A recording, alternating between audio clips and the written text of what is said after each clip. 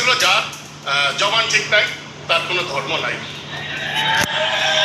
বলেছিল, লজ্জা লাগে আমার খুব লজ্জা হয় এই পজিশনে থেকে এই কথা বললে। এটাকে মানায় না।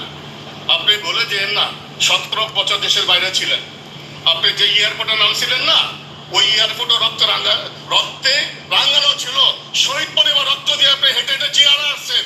আপনি বলছেন জুলাই সনদ গণভোট বাস্তবায়ন করবেন, আপনি কথা রাখতেছেন না। আপনি আবার বলেন যার জবান ঠিক নাই তার কোনো ধর্ম নাই। আমরা কি মনে করব?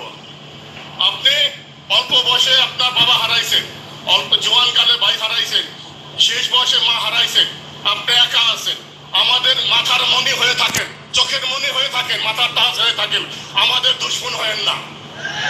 যদি গণভোট জুলাই সনদ বাস্তবায়ন না হয় খুব শীঘ্রই আমরা যে রাস্তায় নামবো তো নামবই। আমাদের যাদের সন্তান হারাইছে, যাদের চোখ মুখ হারাইছে, তাদের একটাই দাবি জুলাই সনদ গণভোট বাস্তবায়ন করতে হবে। নতুন বাংলাদেশ আমরা চাই তো চাই। বিকল্প প্রধান উনি বলেছিল যার এদের কোনো লজ্জা নাই। তারেক রহমান দল গঠন করতে পারে নাই, দল গঠন করছে একমাত্র এনডিএ দল আর খুনি হাসিনা দল নিয়ে। এই জন্য জুলাই সনদ মানে না, কথা দিয়ে কথা রাখে না। যে তারেক রহমান বলেছে যে কথা দিয়ে কথা রাখে না সেই কোনো ধর্মের নয়। সেই তারেক রহমান এখন সেই দল নিয়ে চলতেছে, তাদের কোনো ধর্ম নাই। এই ধর্ম নাই খুনি হাসিনার, এই ধর্ম নাই ইন্ডিয়া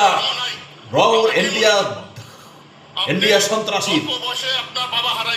সবাই একত্রিত হয়ে এই যে সালাউদ্দিন এর কোনো ধর্ম নাই, ফজলু ফাগলের কোনো ধর্ম নাই, রাশেদ খান প্রধান এখন বিএনপিতে যোগ দিছে, এর কোনো ধর্ম নাই। এরা মিথ্যাবাজ, এরা তারেক রহমানরে ঘিরে করে রাখছে যেন জুলাই সনদ না মানে।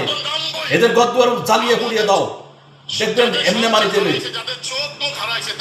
যারা এই তারেক রহমানরে ঘিরে করে রাখছে, জুলাই সনদ মানতে দিতেছে না, এদেরকে গদ্দুয়ার উড়াইয়া দাও, এদেরকে ধরাও, এদেরকে ধরি জেলে ঢুকাই ফাঁসির হুকুম আদায় করো, ফাঁসির হুকুম জারি করো। এরা দেশের শত্রু, জনগণের শত্রু, খুনি হাসিনা আর এনডিএর দালাল, বাংলাদেশের শত্রু, জনগণের শত্রু।